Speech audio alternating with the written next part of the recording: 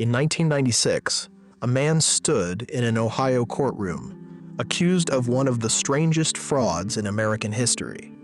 He claimed to have built something scientists say shouldn't be possible, a car that ran on nothing but water. This is the story of Stanley Meyer, the inventor who convinced investors, journalists, and believers around the world that he'd solved the energy crisis and what happened when his claims were finally put to the test. Stanley Meyer was an independent inventor from Ohio who, by the 1980s, claimed to have developed something he called a water fuel cell. According to Meyer, the device could split water into hydrogen and oxygen, then burn that hydrogen to power an engine, using less energy than the process released. If true, it would have broken one of the most fundamental laws of physics. Meyer insisted it worked, and he wasn't shy about proving it publicly in front of cameras and crowds.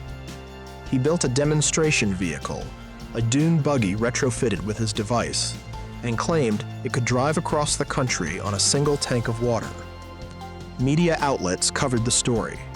Interest and investment began pouring in. Meyer began selling what he called technology dealerships, offering investors the rights to license and distribute his water fuel cell once it reached the market.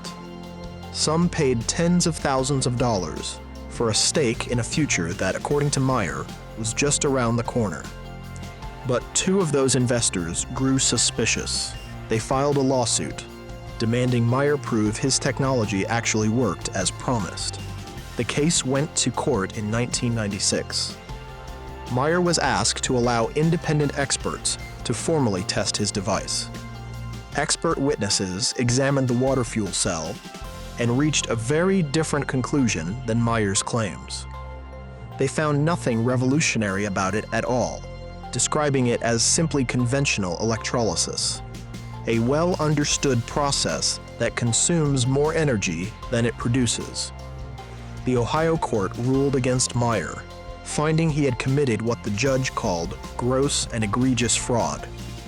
He was ordered to repay his investors $25,000. Even after the ruling, Meyer never abandoned his claims. He continued promoting his water fuel cell for years afterward, insisting his critics simply didn't understand the technology. Then, in March 1998, Meyer collapsed suddenly while dining at a restaurant with his brother and two Belgian investors. He died shortly after.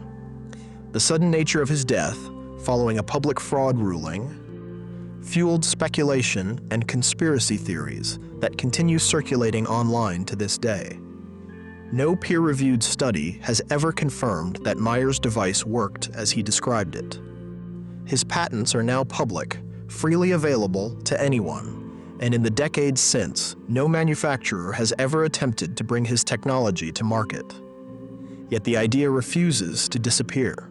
Long after his death, the myth of the water-powered car remains one of the most persistent legends in alternative energy folklore, a story that blurs the line between genuine invention and the promise of something too good to be true.